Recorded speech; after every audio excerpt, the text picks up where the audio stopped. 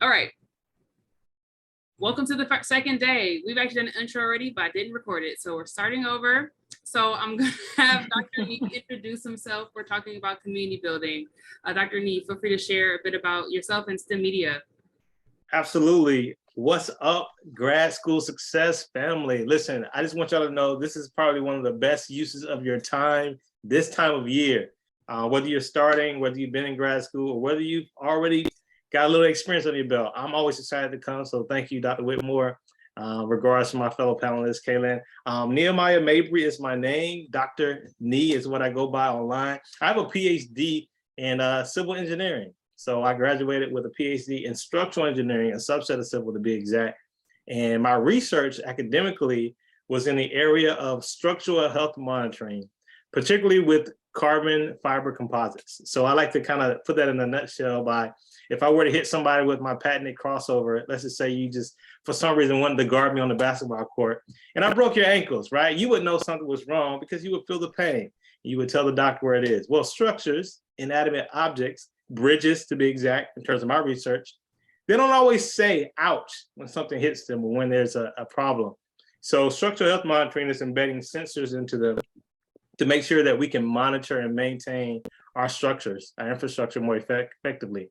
So that's what I did in the lab. But outside the lab, I can tell you that nothing was more vital to my success than community. And this came in my local community through church, through friends, through some adopted family members, but also even to this day, Stemedia, which is an online brand that I founded when I was in grad school. Actually, my first year of grad school, started Stemedia. Our mission is to elevate and empower unrealized STEM success. We like to change the way that STEM is represented by painting with different shades. And so we offer content, community, and career development opportunities for people in STEM with a special emphasis on Black, Indigenous, and people of color. And so that's me in a nutshell, from academic to the community, that I will speak on even more so moving forward. Awesome. Thank you so much. Thank you so much for being here. Dr. Nish, another time back. Thank you for spending your time with us. We're always happy to have you here. And Kaelyn, as a newcomer to the Grad School Success Summit family, we're so happy to have you. Please tell us about yourself and the Redhead Academic. Hi, everyone. My name is Kaelyn Grace Apple. I am an incoming third-year PhD student in history and African American studies at Yale. I study the law of slavery in the 17th century English Atlantic world, and I am also the content creator behind the brand, the Redhead Academic. I started this YouTube channel back when I was starting my master's degree at Oxford, and I couldn't find content online about what the graduate student experience was going to be like. And I was really reliant on online content in order to feel secure as somebody that was going to grad school, the first person in my family to go to grad school.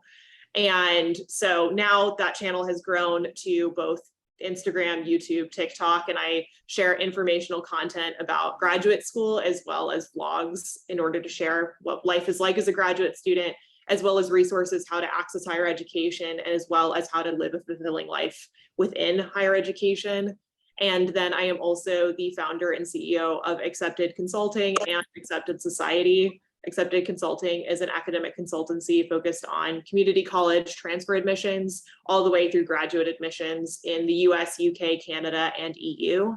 And I also operate Accepted Society, which is a social network for academics where we offer accountability workshops and other types of resources and community building services in order to help everybody kind of find their place within the academy. And that started during the pandemic, and I'm sure we'll talk a little bit about that throughout today's conversation.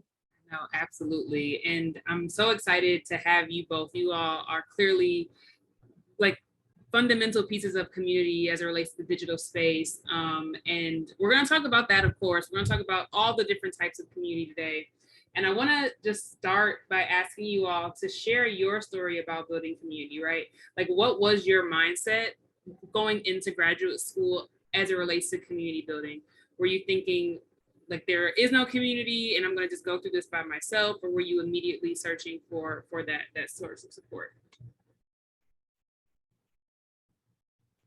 I immediately searched for it. I guess I'll start. I came, first of all, I did my master's degree at the same university I did my undergraduate degree. And for those who have a similar story, there's a little bit of carryover. Of course, when you graduate, people leave and they go their separate ways. And so you don't always have the exact same study group. You don't always have the exact same community. In fact, by and large, everyone is left except for like the professors, right? So you have those familiar faces on campus, you know the lay of the land. But when I got into my PhD program, which was very arduous, I moved from Huntsville, Alabama, to a few states away to Raleigh, North Carolina. And so I knew no one there. And it was very much an intentional effort of mine to find a community. At the time, I didn't think I would be building one, so to speak, as active as I did end up building it. But I definitely was trying to find a way to get involved. And so initially I tried stuff like intramural sports. I talked about sports earlier. I was like, all right, let me go find a church, right, to get involved in. I was a musician. I played the bass guitar. I was like, let me see where the musicians at. Where can I start gigging? And so, yeah, there were a couple of things that I began to kind of look for community in all around like my natural interests. But it was very much intentional because I knew I was leaving a community, and even outside of my academic work, I wanted some sort of support system. Yeah, I love that. And that's true, right? I think we forget about like our natural interests when we go into school, right? And I think that's also important for maintaining a sense of self outside of being a student. And that's absolutely critical. So that's the first step, y'all. First advice of the session of tonight is, right, look for community within your natural interests. So Kaelyn, tell us a little bit about your story and your approach to community building. So I think my experience is a little bit colored by having been a community college transfer student in college, because going into university, I really had to find community. And I found that both within my department as well as among transfer students. And so I think having had that experience and having to actively seek out community within the university definitely changed the way that I approached graduate school. And then my master's degree, luckily Oxford is a very interesting system where you have a college, in which case it's much more like going to university in terms of the way that your community starts being kind of established. But I'd say the part where I had to really seek out community was when I got to Yale, because I arrived in 2020. And so we were online and I had to make an active effort to communicate with my cohort.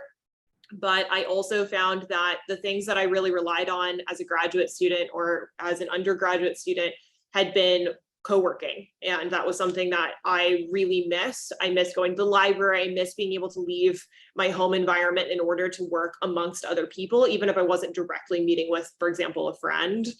And so that's when I started doing the accountability workshops online through YouTube. I basically just put out a study link and I said, well, if you want to join and you want to co-work, then I'll set a timer and we can work together and we could talk about what it is that we're studying. And so a lot of my community came online, actually. And that community has grown internationally. I've met so many people through YouTube and through social media and through Accepted Society that, for example, when I was traveling abroad this summer for archival research, I actually met with a lot of people that I met through this online community. And I don't think that that would have happened had I not had that online presence. And in terms of the community within Yale, I'm part of 2 different departments. And so I think I'm also actively trying to be a part of both departments and have a foot in both kinds of conversations. And another thing that I would highly recommend, even to like first, second, third year PhD students, is although you may not have papers to take to conferences, if there's talks or things that are local that you don't have to travel to, because there is a huge inhibitor to being able to attend conferences due to cost. But if there's other ways for you to attend public talks, or if there's a conference nearby, I also highly recommend just being in that space and attending those conversations, because I've also found a lot of friendships and a lot of community, but also been able to really think about my ideas as a researcher by constantly kind of putting myself in those settings. And that's something that I highly recommend seeking out if you can. And many universities put on really great public talks throughout the school year. So it's something I would recommend looking into. Yeah, I love that. I love that you've given us like another side of things, right? Kind of where our scholarly pursuits are placed also to find. That's our interest as well. So finding connections in those spaces where we might find people who have that same intellectual interest, but also the digital space. I too was one of those who love going to the library, love a study group, like, and graduate school isn't really structured that way unless you are intentional and you have other cohort members that are also like down to study together, right? So I think that is something you all can think about, right? As far as in person, being okay with being like the fearless person, say, hey, do you want to study together? It seems so like non-sequential, like, okay, you want to study together. But for some reason, I feel like in grad school, it's like major. Go ahead. There's a quote that I really love, which is that like the world is full of lonely people waiting for someone else to call. And you can always be that person. There's always somebody that wants somebody to reach out. And if you can actively try to be the person that makes an effort to reach out, like 99% of the time, at least in my experience, it's a good response. And so while it seems like you're taking, like, it seems a little vulnerable to take that initiative, most of the time the person on the receiving end is just waiting for someone to like hang out with or to communicate with. And so if you can be the person to take the initiative, it usually works out in your favor. That's right. I love that. I love that. I just want to remind y'all too, please, if you have questions as we go through, feel free to throw them in the chat. We're going to be answering them as we go. So I know, Kaelyn, you're still on your journey, but I'm sure you've had some ups and downs like Dr. Nehemiah and I have had. Now that we're on the other side, which is still mind-blowing to say that, Dr. Nee. So like when it's time to ask for support, right? Be it a class or something outside of class, something personal, how did you ask for support? What do you all recommend to our participants today who are in our session? Like when things get going, when the stuff gets going, how can you ask for that support from your community? I'll have you go first, Dr. Nee. We're going to just go back and forth.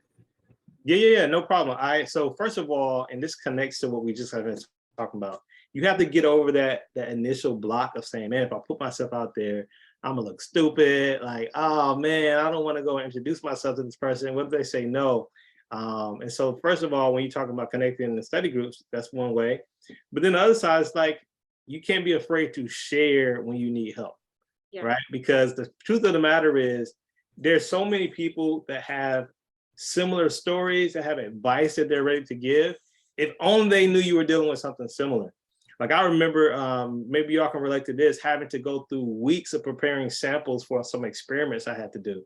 And I got it all ready to go. And my advisor was there about to watch my first experiment. And I remember just getting ready to go, boom, I do the test. And then civil engineering, we're intentionally failing material, but it failed in a way that it wasn't supposed to fail. Like it like failed at being failed. In other words, it revealed that I didn't even create the specimens correctly. And so I remember like it was yesterday, y'all, like my advisor looked over my shoulder and he just gave me one of those like, and he turned around and went up to his office. And at that moment, I realized that not only did I waste my time, I'm gonna have to throw away all of these specimens and start all over again. When I talk about a low point, that was an extremely low point for me. And I kept it inside until there was one time where I decided to share that with someone that I knew, again, in my community, kind of like some early friend. And they were able to say, oh yeah, that happened to me too. And then they started explaining their story, not the exact same, but it was incredible because how I put myself out there and became vulnerable, they were able to then share a story that they probably wouldn't have shared with me just on their own. And so really being willing to be vulnerable, realizing that nobody has it together and that you are at a process in your life where you're supposed to be learning, you're supposed to be recovering from mistakes. It really just wipes away any reason why you wouldn't tell people that you need help or that you need even encouragement at those specific times. And so that's one example. Yeah, I love that. Share your thoughts, please. I have kind of two different stories. So in the first year of my PhD, everything was online. I was basically alone in an apartment for 9 straight months. And while I had my online community, it really doesn't match seeing people in person. And by the end of the spring semester, I realized that, you know what, I need to take the initiative. I need to reach out to my cohort because I really need people in this city. And so I ended up reaching out to people in the cohort. We'd go on walks. And when it was safe to do so, we would do like cooking nights together. And then by going out and meeting with people, I realized that a lot of the people in my cohort were having a lot of the same anxieties or fears that I was having at the exact same time, but I felt like everybody had it together. And I think that it's important to try to have those conversations, especially with those in your program or outside of your program that are at similar stages, because oftentimes those feelings are very similar, and you can discuss resources. For example, like I, for example, had tried to reach out to Yale's mental health services, but really didn't know how to navigate it. But I reached out to other people in my cohort, and they were the ones who were able to give me the information of like, here's who you contact, make sure you contact them at this time. This person's really busy, but this person like will respond to you. And so that type of internal knowledge, you're just not going to have unless you're communicating with others.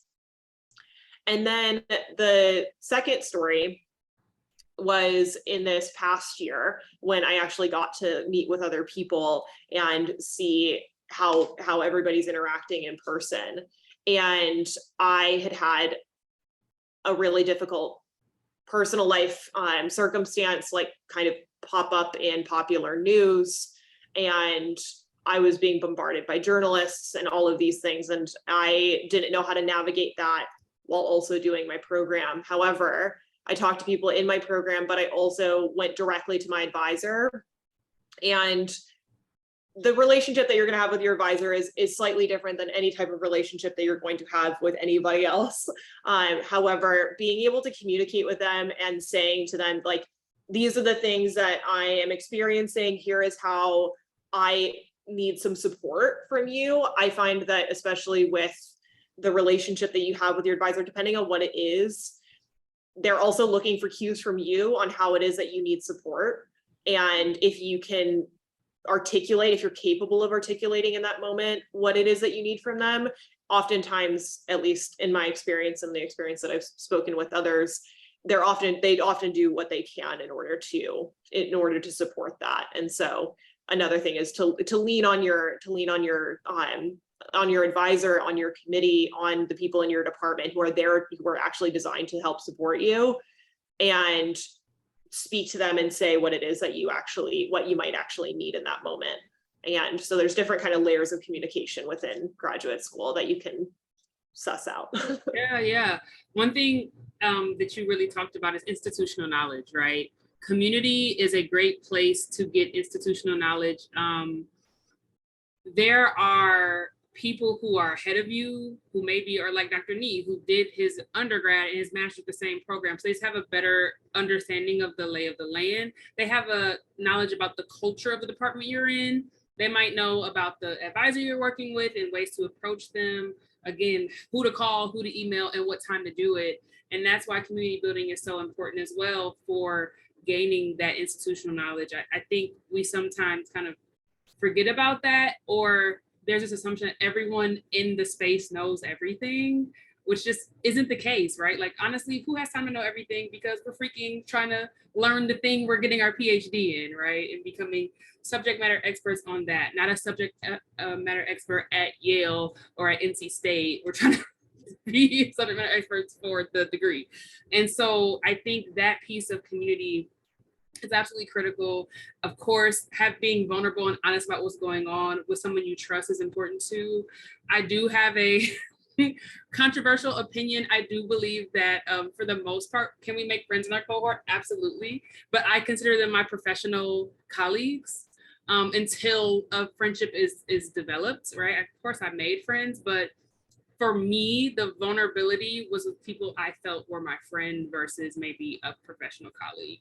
With that being said, one kind of thing I had during my program was like, in case of emergency crews, there were 3 people I always called when ish hit the fan, which was a lot more in my first, second, and third year. The last few, I kind of figured it out, or just, got a bit apathetic and didn't care anymore. But I have my friend, Dr. Maurice, who was my straight shooter. He gave me that tough love I needed. Like, okay, this happened. He also, we were in similar fields, so he could like understand what's going on in my work. He could help me troubleshoot.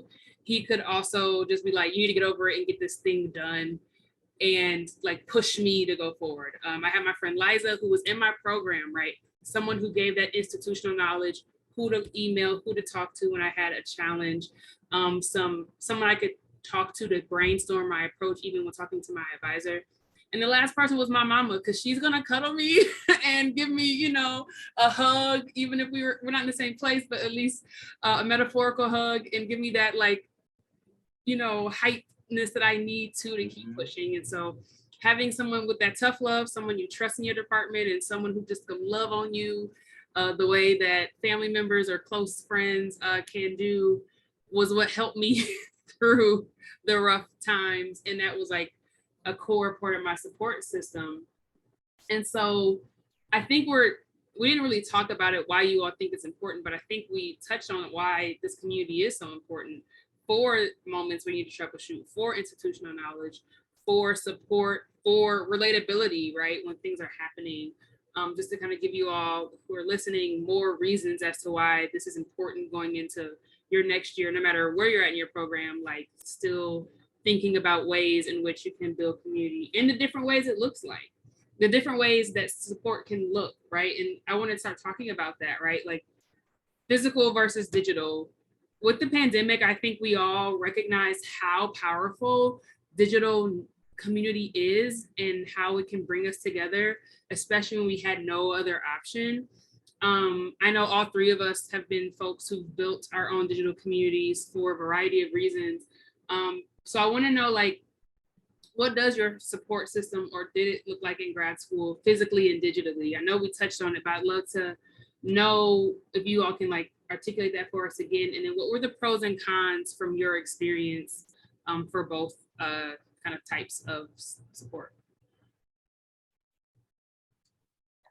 I guess I'll jump in again first. So Stemedia, I started Stemedia. We're a for-profit media company. We produce content, we host events and experiences, and we have a platform right now, subscription platform and community that shout out to Dr. Whitmore for being a part of over the years.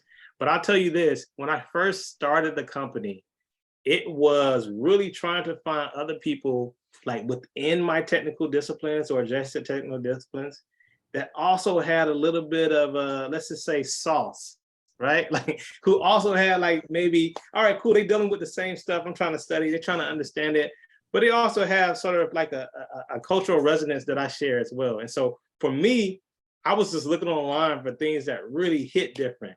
And let me tell y'all, there's a power behind memes. You can laugh at them all you want. You can feel like it's just a pointless piece of content. But you know, when you see that meme and you like, yo, that is so true. Whether you came across the Black and Grad School Instagram account and you're like, yo, yes, that is exactly how I feel. And it's not always describing the situation.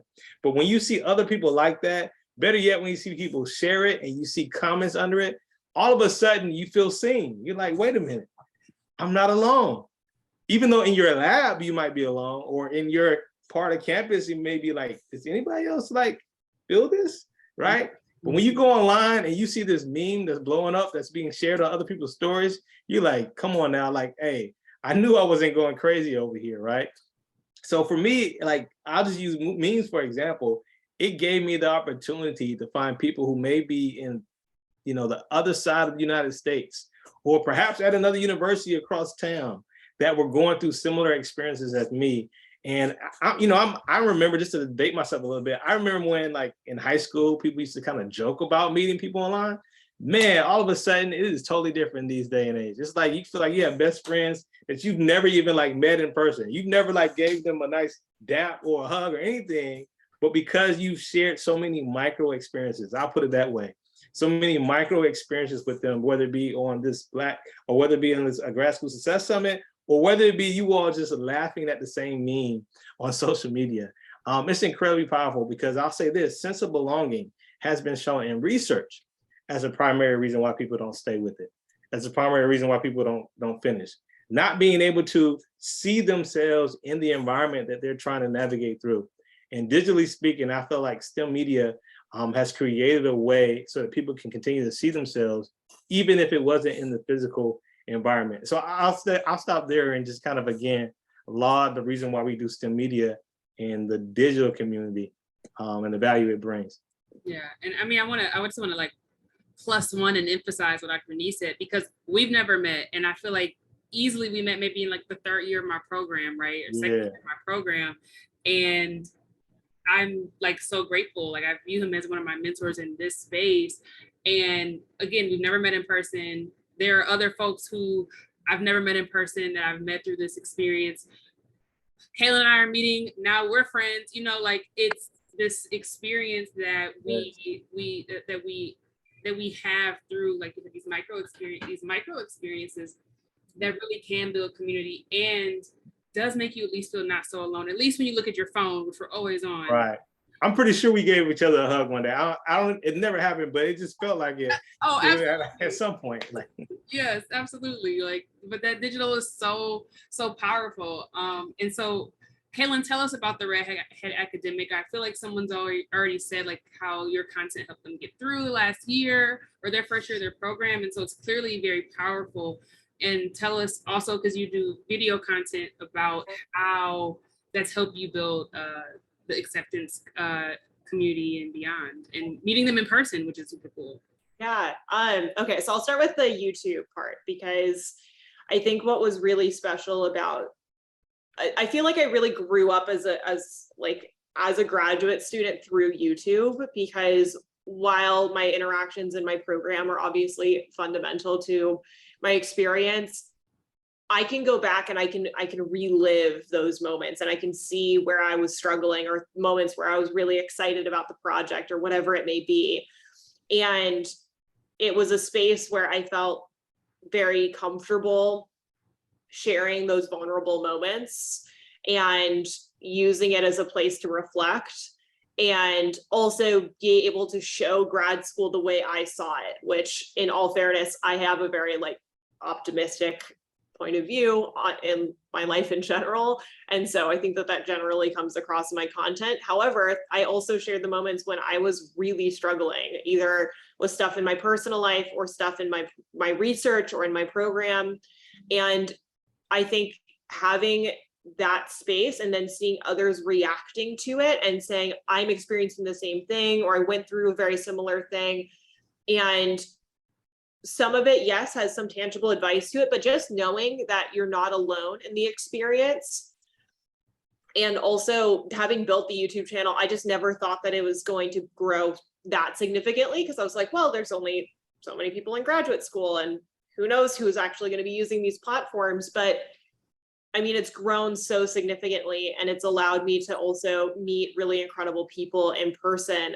And that's how I started Acceptance Society. Was one, I felt really lonely and I wanted people to study with at the very core of it. And then I actually, in my first year of my PhD, I got a message from someone on Instagram. Her name is Dr. Danielle Lawson, and she was heading into the first year of being an assistant professor at Penn State.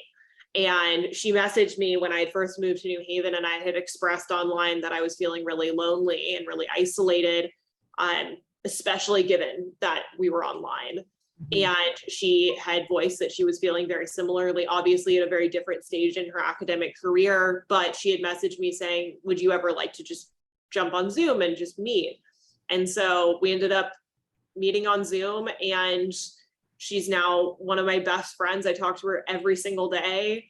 And she was also one of the reasons that I wanted to build Acceptance Society into a full-blown kind of social network for academics, which has the accountability workshops, which I think is the first thing that people think about when they think about Acceptance Society. But now we have an application that we've built where people can share resources, they can share the articles that they're working on that they want support on, and all of those things. And that business came out of having been online, having had Danielle reach out to me, and then finally after 9 months of basically just Zooming and meeting digitally, I actually went and stayed with her and her husband, and I got to meet her in person, and we became like the best of friends. My dog goes and stays with her when I'm on research trips. Like she's become so fundamental to my day-to-day life. And the Accepted Society was based on a conversation that we had had about how we both felt isolated by the academy, one, by circumstance, and two,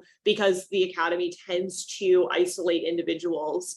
But it doesn't have to be that way. And we also really pushed back on that notion and said, well, it doesn't have to be that way. And two, we refuse for it to be that way. And so what is it we can do in order to pull the community I had already built online, and how is it that we can offer a service? How is it that we can offer a space where these people can communicate and can share their experiences and resources, and then hopefully lead to the point where you get to meet people in person. And I've been traveling this last summer, and I've gotten to meet so many of the various members of Accepted Society and within the online community, and it makes it real, because obviously I stare at a camera and talk to a camera all day. And so it's nice to actually get to meet those people in person and realize how much of your passions and your interests align. And I think that's the part that is the most exciting about seeking out support and finding it, is that you find others that are so deeply passionate in the way that you are, and the way that you started grad school. Because I think sometimes we have to keep, sometimes we have to remind ourselves what in the research keeps us going. And it's also the being able to communicate about that research with others, because when you found your love of your subject, it was likely in undergrad, where you were around people and you could talk about those ideas openly. And how is it that you can kind of recreate that in grad school? Yeah, I love that. And I totally agree that, finding someone to work with is so powerful. One, I mean, getting things done. Honestly, in grad school, I feel like we're already time constrained. And so what I feel like if you want to hang out with me, pretty much we need to be doing something. I was definitely like a co-working homegirl, gym homegirl, and maybe on a Friday night, I'll actually hang out. But there's just so much work to do, but you can build really substantial and amazing relationships from getting together, getting work done, talking about what you're going through, having someone to troubleshoot with. Even if they're not in your field, we're all still having a string of experiences, right? Because we're all here and we're all studying different things. We're at different places. We're in different parts of the country, the world, different places in our program as well. And so I just really want to just continue to emphasize that, we're in this together, and community is so important.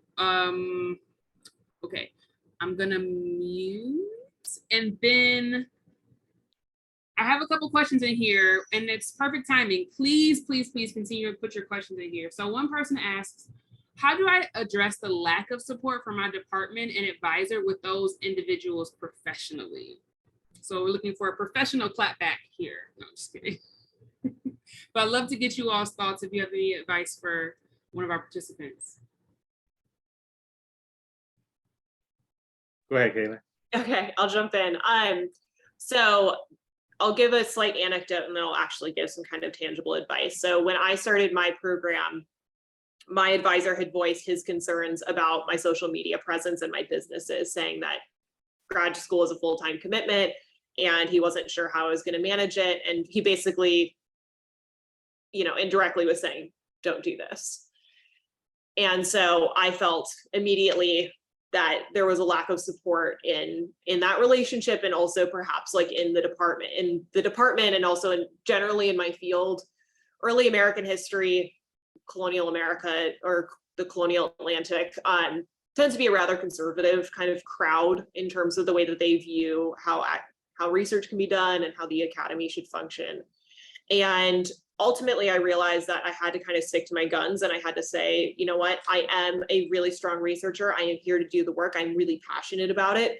But in order for me to do that, I also really love these things. And it is a part of me. It is a part of my success and my mental health. And YouTube for me is my creative outlet. It's my diary. It's my way of communicating what's on my mind. And so ultimately, I did end up having a conversation with him and with the people on my committee, saying that this is something that's important to me. I ensure that it'll not get in the way of my research, but it is something that I will be continuing to do, because it is something that is fundamental to the way that I manage myself, and that's the way that I support myself. And when you don't feel like there is a bunch of support within your advisor or within your department, one, there are other communities that you can and should lean on. And also there are others within your kind of general field of study or within like your just general subject matter that you can also lean on for resources on how to navigate. Talking to your advisors, like former PhD students, for example, and saying, like, how do I best communicate with this advisor in this way? Because sometimes they're the ones that hold that, again, that institutional knowledge and that knowledge of your advisor. But if you're still finding that it's really difficult to communicate within your department and whatnot, I think it's also finding other resources within the graduate school and within other kind of areas of the university and within your personal relationships in order to seek out that support. However, that is also acknowledging that there are certain barriers where if your advisor is putting out yellow tape where you are not able to do your work effectively, then hopefully there are mechanisms within your university in order to address those things. Everybody's circumstances are a little bit different in terms of their advisor relationship, but the last kind of tangible piece of advice that I'll give is that I go into my relationship with my advisor and the way that we communicate with one another, and I am very direct about what type of support I am asking for, because I want to, one, assure him that I am making progress on my research and that I am here and I am present and I'm active in the research and in my program, but also that there is a certain type of support that I am looking for. And if I am unable to get that from my advisor, then that's a conversation I need to have with my department and potentially go in a slightly different direction. However, because I've been very clear about that from the beginning, and I go into every meeting with an agenda, it has also made it so that way I have communications with him that are within the boundaries that I feel are appropriate and that I'm comfortable with, and that address the things that I actually do need help with. Yeah. What I'm hearing is a little bit of closed mouths don't get fed, and don't be afraid to advocate for yourself, right? Like, I think that's super critical. We are starting to get a little close to our next starting time. So I'm gonna have Dr. Nee answer this other question. And how do you navigate a significant age gap within your cohort on top of everything else that comes with grad school? I'm entering my first semester of grad school in 2 weeks after taking an 11-year gap from my bachelor's. Yeah, I'm gonna be honest with you, and I guess it still kind of connects. Like, you have to realize that, I mean, you're not gonna get everything from everybody. Like, and you have to almost like size up the relationships as you come across them, right? Obviously, if you were the same age as everybody, maybe y'all could be friends, like Dr. Whitmore say, eventually, like, but ultimately you're there, and if you're not really connected on the social side, that's okay. If you and your advisor relationship isn't like a mentor one, like in master's there was a mentor relationship, but then here it was just like, no, he's just advisor research. It's okay. And then that's why, again, given the topic of this entire session, it's important to seek and build community elsewhere. So if you have a significant age gap or anything that just make you all maybe not gel naturally, then you have to have that intention that I think Kaelyn just said and say, all right, here's the interactions I'm going to have with them. I'm not going to be rude, I'm not going to be cold, but when we talk, I mean, we're going to keep it around like research, right? Or we're going to keep it around the assignments that we may share. And these are the things I want to know. I remember also I intentionally try not to talk about how Stemedia was really big in my purview and everything I was doing, because I didn't really want that to dominate the conversation with a lot of people that I was really just in operation in regards to research with. So even if they noticed something, hey, I noticed y'all had a poetry slam, yeah, it was fun. Hey, so about that about that paper, are you gonna send it over to that, and kind of keep things on basis? Would it have been cool, perhaps, if we were cool and we were friends? But that's not to say that you're missing out if you look at, those individuals that are like significantly younger than you as strictly work colleagues. Again, not being rude, not saying that you don't value them as people, but yeah, maybe you want to find like your friends elsewhere, hang out with them, and just kind of keep it to business with your cohort. Yeah, I definitely agree. And as someone who was like, I feel like everyone I met, especially like at Carnegie Mellon, everyone was going straight through when I met them, where I actually took 3-year gap and came back after my master's. So I was like 28, 29 starting my PhD, whereas everyone else around me was like 26. Not that big of a deal, honestly, but in my head, I was big, bad grown. And so I found a lot of my relationships with incoming administrators. So there were people who were young professionals who were administrators we were closer in age, and I built relationships there. Also, I had an office mate who was like 60 starting his PhD, and him and my mom were like, actually my mom was younger than him, right? So like talking about it, I mean, there was still a relationship there was still rapport there. So don't immediately assume that maybe you won't find people, but yeah, you might not be, they might still be like, doing things that young people do that are 10 years younger than you. But yeah, be open. Okay, we're gonna do 2 lightning rounds, okay? Lightning, quick answers for these 2 questions. The first question is, any tips to approach people further along in the field than you? So maybe we're talking about PhD students, this person's getting a master's. So PhD students or professors, they get a little intimidated, but they want to get those that advice, that experience, and those tips. Kaelyn? Yeah, I'll circle back to my advice at the beginning of the session, which is that you just need to take the initiative and reach out. I like tangible advice is to keep a short, sweet email that has a question at the end or something that you're asking of them and try to set up those meetings. But you just got to take the initiative and reach out, because in my experience, networking is really just about taking that first step. And most of the time it works out quite well. Perfect. Dr. Nee? Yeah, ask for advice. People like to give advice. So when you reach out to say, hey, can I get some advice on this? They're gonna probably want to give you advice. Yes. Okay. Someone else love that for both of you. Because now the questions are coming in, y'all. We've got 2 minutes left. Any advice on how to maintain community relationships? This person is experiencing a lack of support from people they've asked to be a part of their community, and the relationships are becoming one-sided. So maybe how can they bring that relationship back into balance?